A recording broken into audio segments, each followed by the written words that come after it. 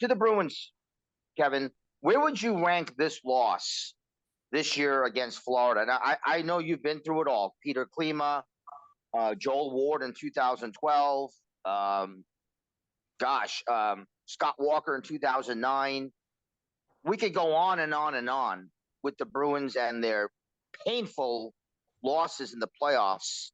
Where does this rank? The Verhaeghe Game 7, 2023 for you?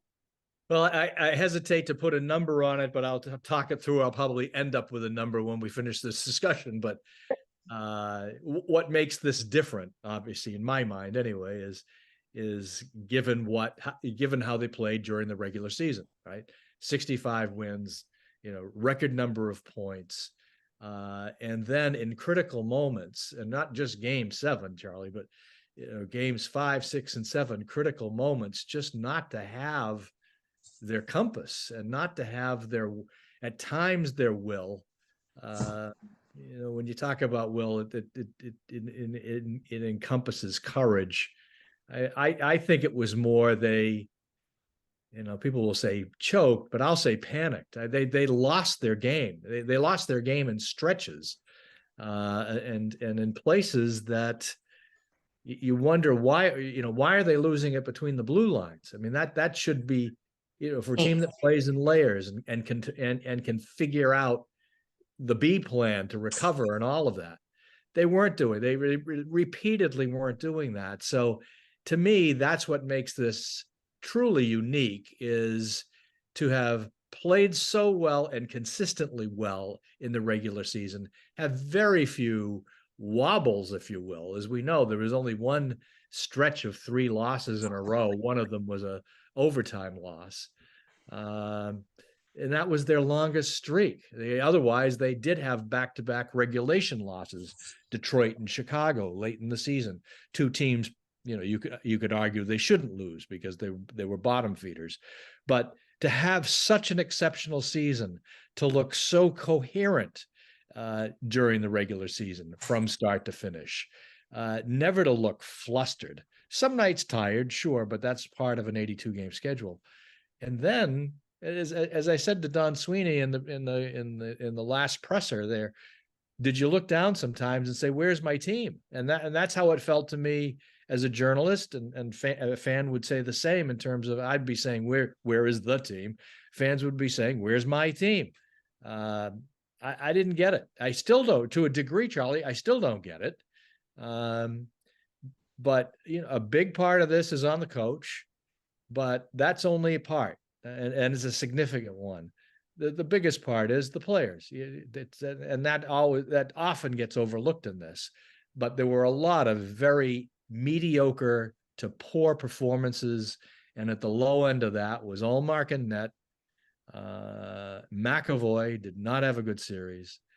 Lindholm, I barely recognized his game compared to what I was accustomed to seeing. People, I don't vote because I'm opposed to voting as in the awards, but I do know a number of people considered him in the Norris conversation. I wouldn't have, but I get it. I get liking him, but boy, there was not much to like in that first round.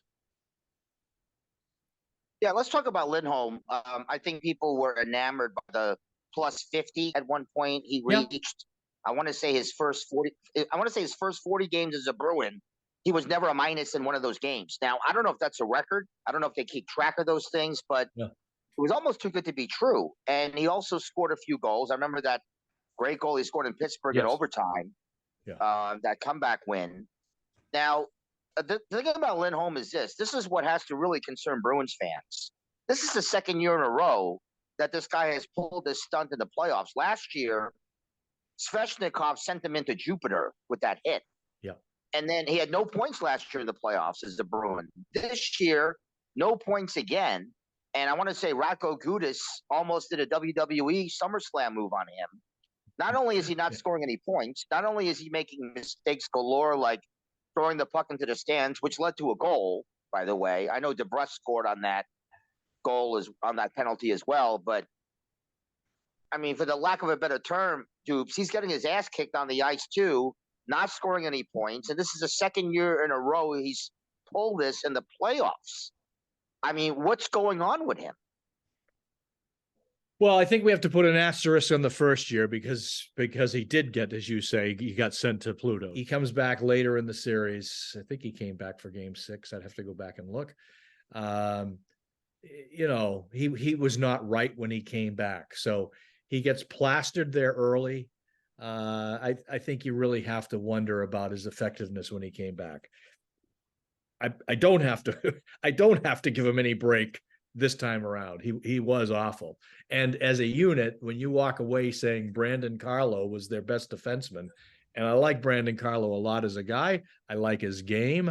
I think in some ways he gets misused or underused because he's got great legs. He has a pretty good shot. I would be trying to coax more out of him offensively than they do.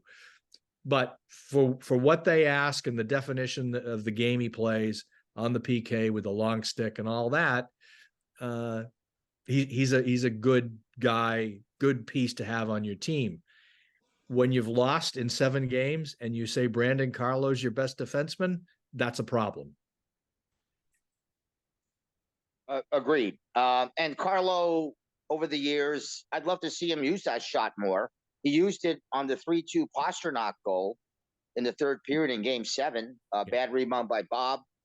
Pastrnak, probably one of 5 players in the league that could put that rebound in as a one-timer with such power.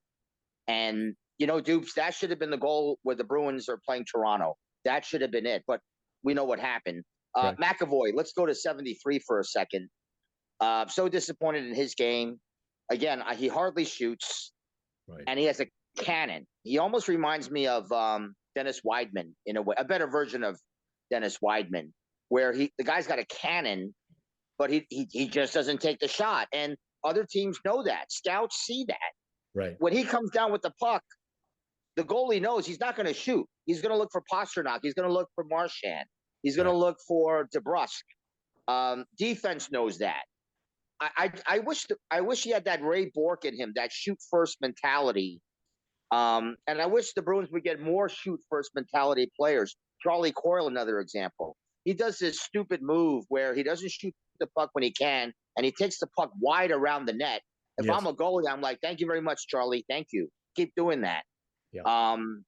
But in terms of McAvoy, he's been in the league long enough now where I personally think he's overrated. I think he's the highest paid defenseman in hockey that does not give back to his team. And I really do blame him in many ways for this year's playoff loss. Because he controls so much out there. He plays 25 minutes a game. And I was dead wrong. And I'll admit this. I thought the Bruins were going to win the cup because of their 3-headed monsters on defense. 4 if you want to throw in Carlo. And that's Orlov, Carlo, McAvoy, and Lindholm. And crazily enough, along with the goaltending, that turned out to be their Achilles heel. So can you talk more about McAvoy? And the last thing I'll say before I throw it to you is, why does a guy like Montour dominate? Here's a guy that is making a fraction of what McAvoy's making, gets a fraction of the attention, had 0 career playoff goals before this year's playoff. I'm talking about Montour. Right. Why does Montour dominate and McAvoy is tipping in the game winner? I mean, the game tying goal in Game 7. Right. Well, you've put a lot on the plate there. This is the best we've ever seen Montour play, right? He had 73 points in the regular season. If you look from a point production, the group that he got, the group that he finished with, their cap figure is around on average $9.5 million. Frankly, it's Charlie McAvoy money.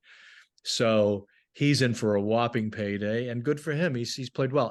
I would be surprised if Florida ends up being the team that pays him, but he's certainly got a case to make that he's worth that kind of money. And I guess he'll probably end up with, pick a number here, 7 years at $7 million, 8 years at $7.5 million, something like that. I don't know the root of where Charlie lost his confidence right in this series, but he did. There's no question. He looked bad. He looked especially bad on that tying goal where, as a unit, the defenseman had 0 goals, 0. The only one they had was the one Charlie put in his own net there at the end, and basically set up the fatal ending. So again, yeah, poor performance, and I'm probably in a community of one here, Charlie, but I think he's susceptible to being traded. This is the only year this is their last chance to trade him. The contract becomes no move next year. So Sweeney was hinting at things. I don't think he'd ever do it. They have put Charlie on such a pedestal here in terms of being the next franchise defenseman. But if there's a radical play here on their part, it would be moving him. I wouldn't be against it because he's had plenty of time to prove himself. Here's a guy getting paid big time money. I don't even think he's been a Norris finalist. I mean, he's watching other guys just blow by him. And I think it's because of his refusal to shoot. He shouldn't be on the first team power play, in my opinion, because he doesn't shoot. And what kills me, Kevin, is that it's a fixable problem. It's a fixable problem to tell someone to shoot. You know, if you tell Charlie, if you don't shoot, you're out of here, he'll probably shoot more. But yeah, I mean, that's what kills me. If it's not a fixable problem, then there's nothing you can do about it. You can't tell Forbert to all of a sudden become, to improve his speed. You know, that you can't do that. But with McAvoy, if you just tell the guy to shoot the puck, you got a Hollister of a shot. But I guess it's not in his mentality. That's why I think the Bruins have to look for shoot-first players, because in this league, it's all about getting the puck to the net, getting a dirty goal, getting an ugly goal. And, Verhaeghe tonight, what a disappointment. With 2 minutes left, the tying goal on your stick, and he tries to make an extra move. He looked like Charlie Coyle there. I mean, that was painful to watch. Yeah. Actually, excuse me, Coyle would have taken the puck behind the net, where a lot of people score from there, right? Yeah, I know. Anyway, that's my criticism, because there's a lot to like about Charlie Coyle, as there's a lot to like about Charlie McAvoy, but it is also pretty easy, as you've already done with Charlie, on his inability or his unwillingness to shoot. With Coyle, he never goes to the net with it.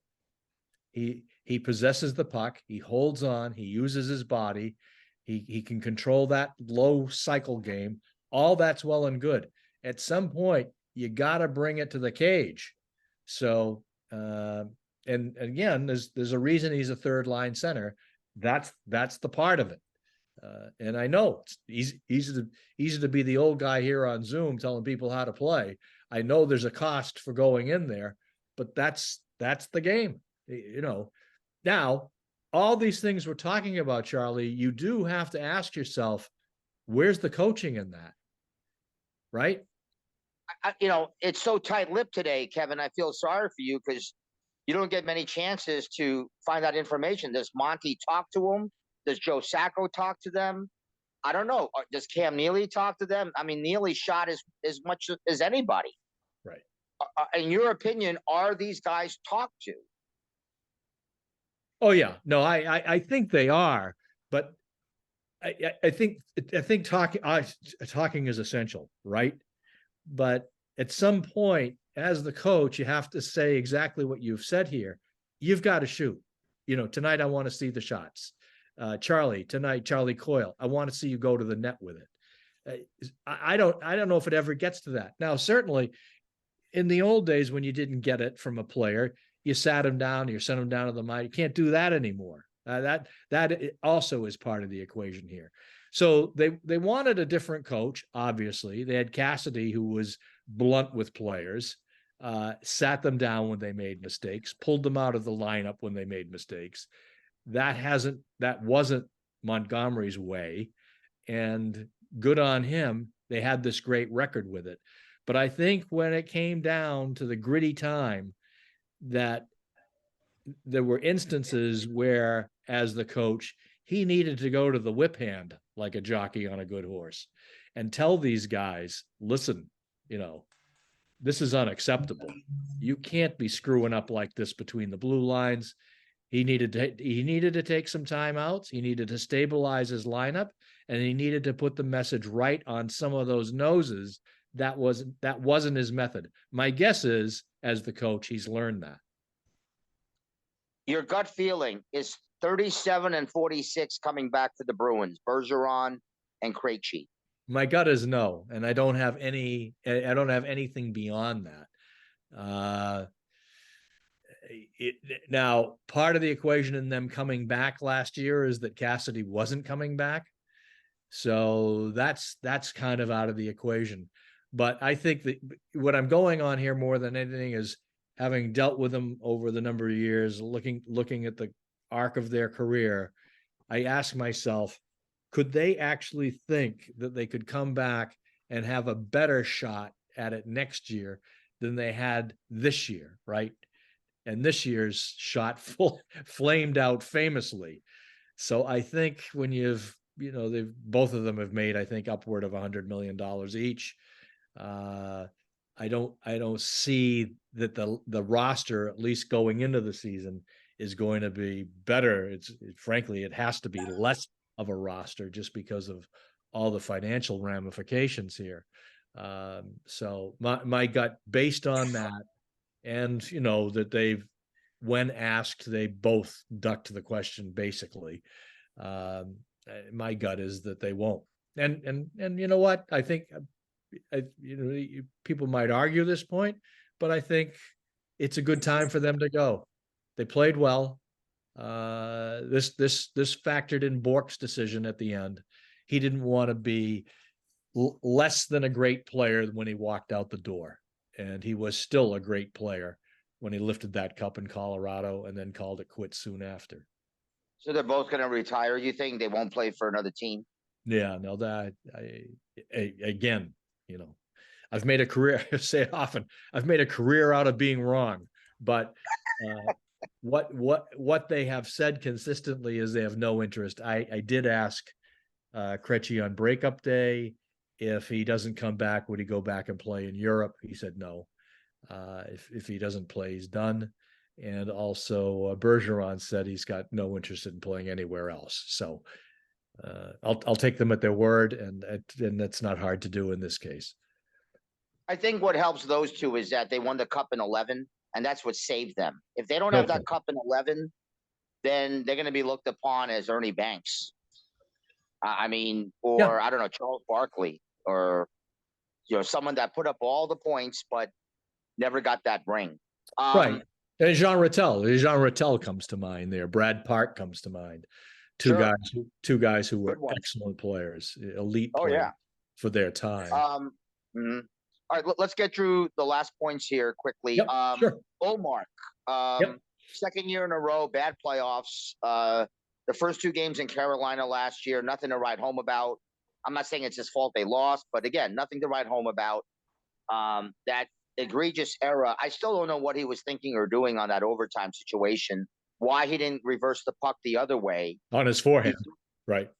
I just don't understand what he was doing. I think he wanted to go down to Florida again and enjoy the sun. I don't know what he was thinking there. Game 6, he was awful in the third period. I guess Montgomery was considering pulling him in that game. What's going on with him? His psyche? Do we have another Pete Peters here? It's hard to know. Talked to him extensively on breakup day. Said that he was hurting, wasn't injured, but was hurting. So I'll take that as fatigue. He had, not a lot of people know this, but he had both hips done late in his tenure with Buffalo. So he has to maintain hip health. So he's got to do a lot of stretching. He's got to be very careful about that. And let's face it, again, tremendous season, right? He is the Vezina. I'd be stunned if he doesn't get the Vezina. But whether it's the heat of the moment, whether he got tired, this is the same question I have with a bunch of these guys, McAvoy included, Lindholm included, whether they were just too gassed out, or they withered under the pressure of playoffs. It could be a combination of all those things. But, hand in hand with your question here about Ullmark is the fact that Jeremy Swayman is a restricted free agent. And ergo, they're vulnerable. The Bruins are vulnerable to him getting a real big offer, kind of like Kotkaniemi got from Carolina. And then they'd be forced with, all right, do we pay Swayman $6 million and let Ullmark go? Or do we pay him $6 million and Ullmark $5 million and tie up $11 million in cap money? I don't think they could even do that anyway. Just from a dollar standpoint, unless they've got all college kids playing on the bottom six. So they're vulnerable there. And I think I'd be surprised if both goalies are back next year. Really? Yeah, I have to say, again, just as a function of the money and the situation of where Swayman is. And I think he's going to be a star. He's averaged 25 wins here in these 2 years. He wasn't a star in Game 7, Kevin. I tell you, watching. First of all, before I get to Swayman's performance in 7, yeah, who would you rather have, Ullmark or Swayman? I'm guessing Swayman. Well, if you're asking me the Ullmark we saw regular season versus Swayman, I would say Ullmark, but the performance is concerning. If I have to choose between the two, I'd go with the younger, more dynamic player, and that's Swayman. Okay, Game 7, the first goal that he let in on Montour was bad. Yeah. A backhander from about the face-off dot. That can't go in a Game 7. If it goes in September in an exhibition game in Philadelphia, fine. You live with it. In Game 7, when it's 0-0, you can't let, once again, there's that Montour guy, a killer. Yeah. So anyway, the 1-0 goal, big problem there. The second goal, I think it was Reinhardt. I can live with that. That was a roof shot. It was a brilliant shot. The tying goal, I know McAvoy tipped it, but it went in an area where I think it was between his blocker and his right pad. Yeah. I played goalie. I know what's a good goal and a bad goal. It's not a great goal, Dupes, to tie it. And again, I get it. I know McAvoy tipped it. Not a great goal. Now, in the overtime, it's just so funny how Swayman was literally 1 or 2 saves away from brilliance that night. If he stops the Montour goal and they win 3-2, 4-2, dirty water goes off, him and Ullmark do that hug, everyone loves Swayman, right? Right. But he didn't stop the third goal. In the overtime, he stops Tkachuk on a breakaway. I mean, I tell you, when he stopped that, I was in shock because I literally saw Cizikas go down on Rask when I saw Tkachuk go down on that breakaway. Good for Swayman to stop it. Of course, the Cizikas, I'm talking about that overtime game, Game 2, 2021 playoffs. And then he stops for Carter Verhaeghe. And unfortunately, the Bruins just couldn't pick up any momentum from those saves and bail out Swayman. Because if they win in overtime, then once again, Swayman is looked upon as a hero. Started Game 1. Yep. And then Verhaeghe, I mean, I don't know what Swayman was doing on that goal. If you watch him very carefully, he's down, he's deep. He looked like Rask. You know how Rask stays down on his knees.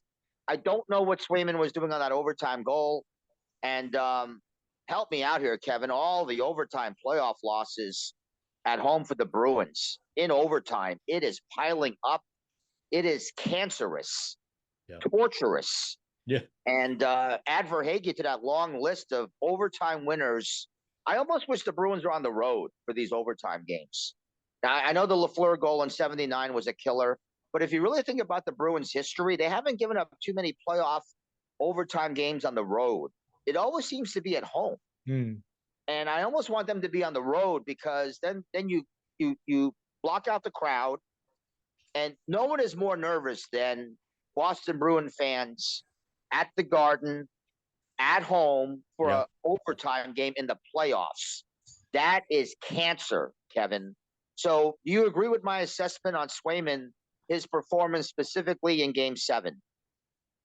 Oh, sure. No, could he have been better? Absolutely. Could he have stolen it for them? Yes, he could have. It's also, and again, I try to be reasonable in these assessments. It's a tall order stepping into Game 7 when you've watched the 6 other games go to the other guy.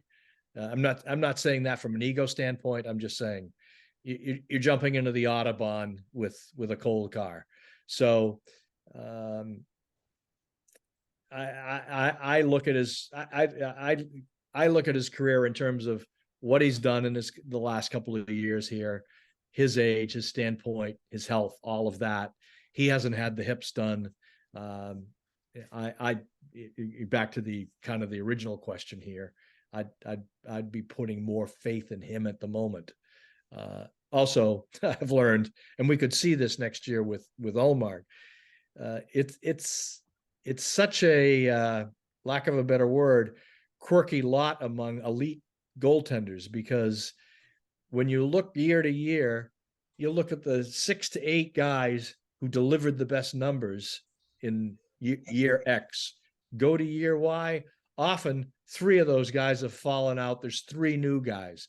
So along the way, you get very few of the Hascheks and Brodeurs and Fures, guys who were there all the time, to a degree, Eddie Belfour, who year to year to year were the equivalent of the top 20 scorers, right? I would hesitate to think we're going to see anywhere near the same performance from Ullmark next year that we saw this year. But well, look at Pete Peters in 83, 84.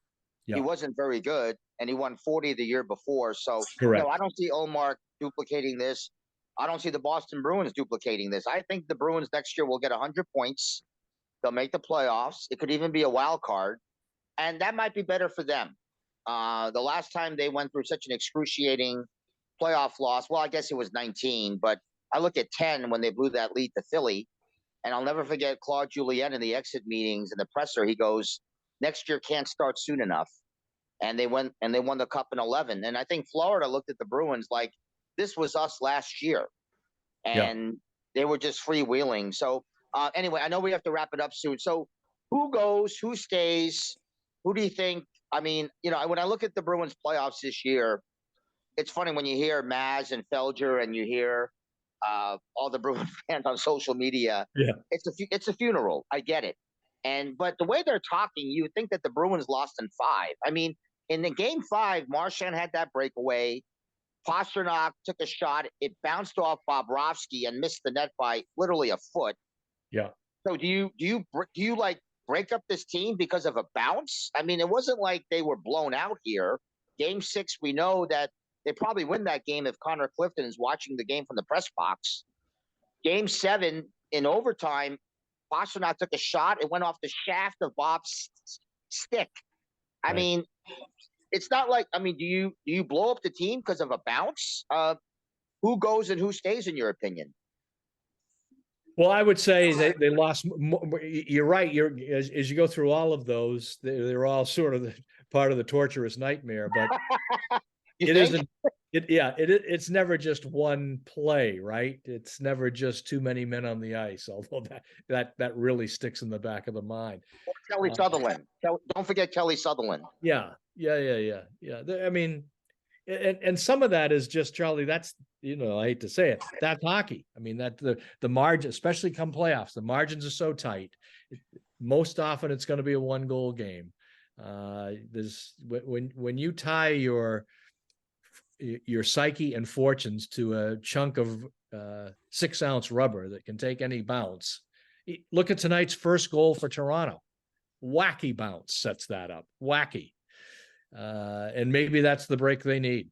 Maybe they're going to run the table here. I doubt it, but maybe they are. And you could very well go back and say, if not for that crazy bounce that sets up their first goal.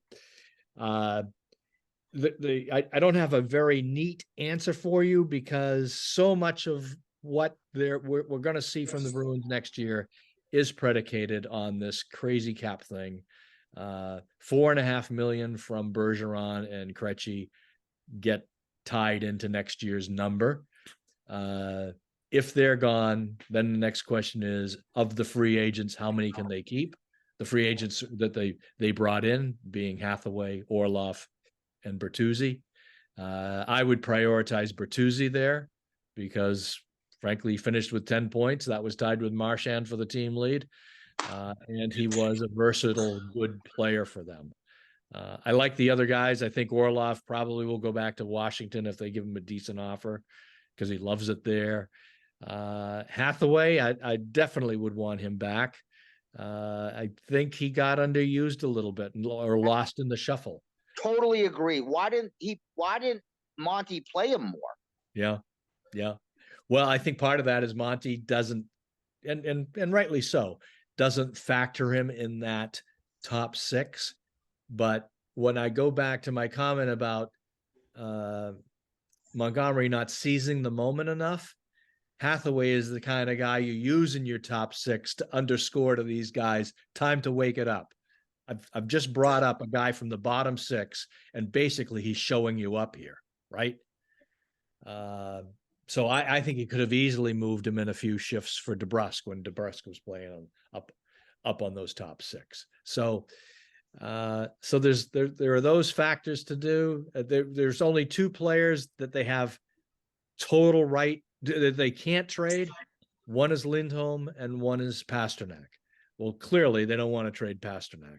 Lindholm right now they might want to because his playoff series was so bad, but they can't because he's got no trade. The rest of them are all tradable, and I think we'll see a couple of surprises there that people aren't expecting. Maybe Taylor Hall gets dealt.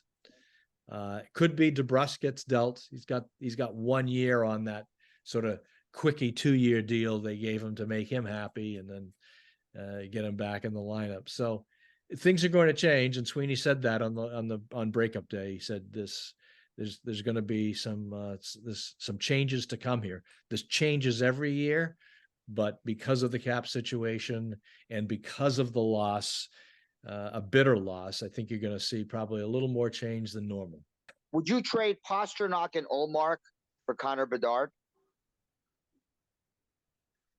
Well, this is part of the subject I'm going to use for my weekend notes is exactly what you're talking about here.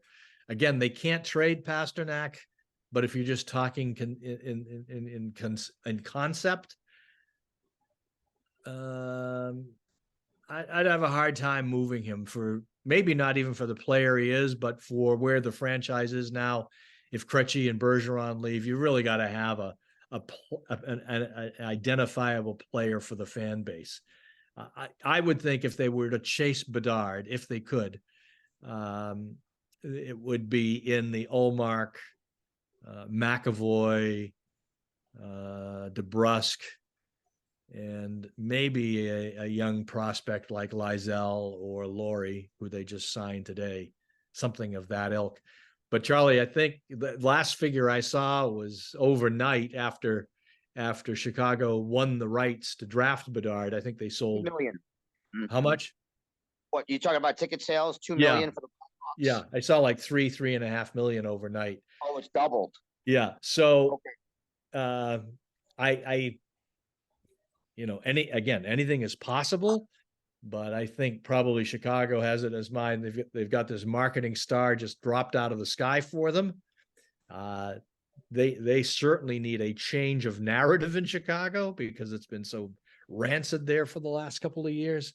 This really is sort of a gift from heaven. I don't see that they would move him, but the caveat here is the Bruins aren't alone in feeling the cap pinch. So I think you're going to see a lot of teams come out with some really substantial offers for Bedard. And obviously Chicago should listen. Whether they're tempted, who knows? Reminds me a little bit of 1973, 40 years ago, Potvin, and how aggressively Sammy Pollock in Montreal was going after Bill Torrey to give him up. And Torrey wouldn't give him up and did the right thing and held him. Is he the most hyped player since Eric Lindros for the draft? Yeah, he's certainly in that whole Lindros discussion, Lemieux discussion. Ovechkin, a different animal. Sid, I guess, a different animal. But yeah, sure, he's in there. And I have to say too, it can be, as we've seen in recent years, high picks at forward can take some time to develop. There's very few who just drop in the way Mario did, the way Howardchuk did, and were prolific scorers from day one. They don't have much of us. They don't have much. I'm sorry. Timo Solani. Solani, excellent example. To a degree, Korea had a really strong start. Paul Korea, a different type of player. So, and I think Korea went number 4. So it's you're asking a lot in that whole bunch, but my added point there was there's not much of a surrounding cast in Chicago who's going to help pull him along, right? He's walking into a good situation in that he's got it's a great city in Chicago. It's got a great fan base. I'm sure he's happy as hell. It's not Winnipeg. But I think it's going to take some time.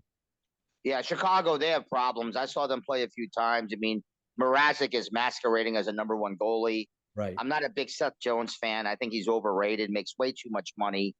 They have to make a lot of moves. I don't think they're going to be significant, even though they have Bedard. I don't think they're going to be significant for a good 2 to 3 years. I could be wrong. He could come in and just light it up and everyone else elevates their game. Could happen. Is it likely? Probably not. But they got so bad. But Florida should thank them because Chicago did beat Pittsburgh towards the end of the regular season. Or Florida wouldn't have beaten the Bruins. Right. So final bits here. Cam Neely said a couple of players apologized to him, and I was almost praying that somebody would ask Cam right then and there, who are those players? And who do you think those players were? The reason we didn't ask is we know Neely wouldn't tell us. There's a lesson in that, which is maybe one day they will. So we shouldn't just accept the fact that that's the way they are. Maybe sometime they will. I would imagine Bergeron would be a guy who would apologize, especially in that he's the captain and who he is, how personally he takes these things. So I think he would be one. A surprise one for some people would be Marchand. Marchand, to me, again, people would vehemently disagree with me on this. He would be my next captain. He works like hell. I mean, just look at what his skill package is, look at his size, and then go look at his production for these last 8 to 10 years. He's a gamer. Crazy. Yeah, he is, and that's what you want. Right. That's what you want. Now, the problem as a captain is he's been caught with, he's got a long rap sheet of shenanigans. But he'd be my, it's probably going to fall to a Pasternak or a McAvoy. And I get that they're young. They're paid a lot of money, but more to that. So yeah, it's going to be a very interesting shakeout, fallout, and I would agree with you, Charlie, that they're probably looking. Of course, the irony of this is, as I say it, they're probably looking at a wild card spot next year, and that's exactly where I had them going into this year, and they blew it out. So, and that's okay, Kevin. Just get into the tournament. I've always said, look, the counter goes back to 0. The counter goes back to 0 when the playoffs start. Yep. Nobody cares that you won 65 or 48. The counter goes back to 0 when they drop the puck for game 1. Teams want to rip your head off, and they don't care that you beat Detroit in overtime in January. They don't care. The statistical proof, of course, is look how infrequently the President's Cup trophy winner ends up being the Cup winner, right? So it's about 40% of the time. So yeah, it's a grueling tour. You've got to have luck. You've got to have health, all the things we know. But as much as it sounds cliche, it's true because that's the fact. It's just, and all of that is tacked on to 82 grueling games. It's a tough schedule. It's funny. We're talking on the Mother's Day anniversary of Bobby Orr. The Bruins have only won one cup. Well, actually, two cups since then, but one cup in the last 51 years. How embarrassing is this, Kevin? I was trying to get at that with my question to Charlie Jacobs yesterday a couple of times there about is the chairman, his father, who owns the Bruins or bought the Bruins in the mid 70s and is now 83 years old. Is he fed up? Is he angry? Is it? But I suspect they're just going to keep doing business as usual, and part of that is that they sell the building out every night. It's a great revenue play. There's little cause for radical change here, but I'm kind of in your camp here. With one cup since '72, some far more bitter disappointments like this one versus the glory of winning. Let's face it, they had to pull that one out of the fire, right? They lose the first two to Vancouver. They lost the first two to Montreal at home in the first round. Right. And again, hockey and crazy plays and bounces off guys. And Thomas played out of his mind. He's the reason why they won. If it's not for Thomas, the Bruins would be the laughing stock of pro sports. And if you recall that first round when Horton got the winner in overtime, the Bruins had 0 power play goals in that series. This year they had 12, and they lose. Right. That's hockey. Power play. It's right. Power play was around 40%, and they lose. Right, and it had been so bad over the last 20 games of the season. So there's a lot of very parts of this thing that are hard to fathom. The year they had, the power play they developed. One thing I kept track during the year was how their vast winning points percentage when they would get a goal from a defenseman. I think off the top of my head, they were 27-3 this year, or 26-3 whenever they got a goal from a defenseman. Yeah, why do you think that was? Why do you think their record was so great when a D-man scored? Well, I think it's a product of, some of it is a product of Montgomery teasing more out of them. That said, I think they ended up with 37 goals back there versus 30 the year before. I'm not making light of an increase of 7 goals, but it's not like we're talking double or triple. But I think what it was, I think it was a measure of when those guys are engaged, when they're shooting like they're talking, that increases their chances of winning. The 7 games in the playoffs, not 1 goal from defense. Nothing. And we should have had one when Carlos scored, and then that DeBrusque hand pass. Did you agree with that call? No, thought it was ridiculous. Absolutely ridiculous. But isn't that the rule? If your hand touches the puck, even if it's a finger, you got to rule it down. Right. And boy, yes, and totally inconsequential. It didn't have any factor in Bergeron getting the puck, right? 0. And I asked Bergeron, did he see it? He said, I didn't see it at all, which not that hard to believe. But even when I saw the replay, I had to take a second look to see that he had touched it.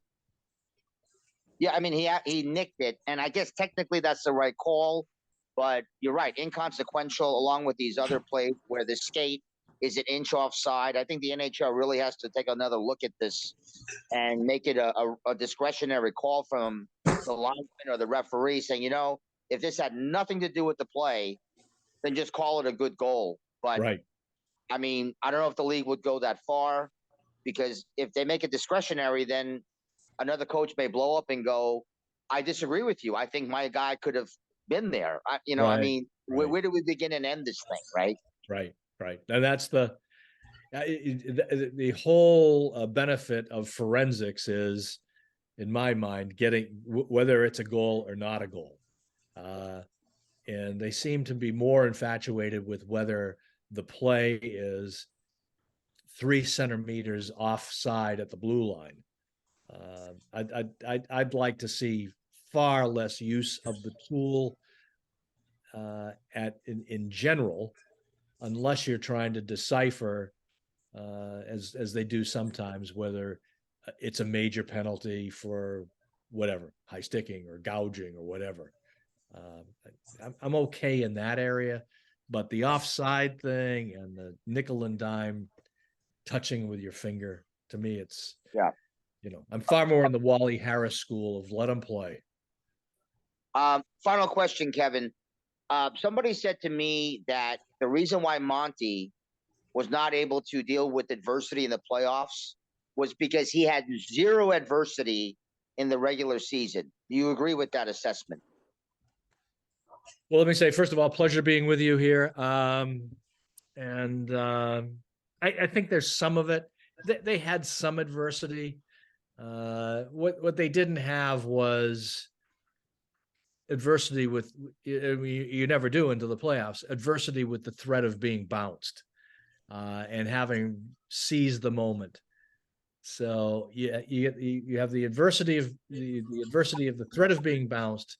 You have the added adversity, which adds up with you're seeing the same team every night. That never happens in the regular, virtually never happens in the regular. Occasionally you'll have a back-to-back home and away with somebody.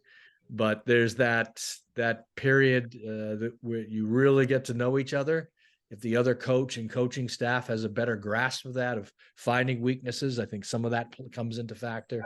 So it was a different atmosphere, one that clearly Jim Montgomery wasn't prepared for. That's disappointing. So some of this, a good portion of this fault ends up on him. And but I in my feeling always is look to the guys who play the game. Coach can do a lot. He can determine who's going out. He can determine who's going to sit. He can determine who's going to be in goal. He can decide if it's a 2-man forecheck or a 1-man forecheck, but ultimately it falls to the player and the player's execution. And there's more than a handful of guys here who really did not fare well in that. Yeah, so painful, Kevin. They were literally one more clear away in Game 7, and the Bruins would be playing right now.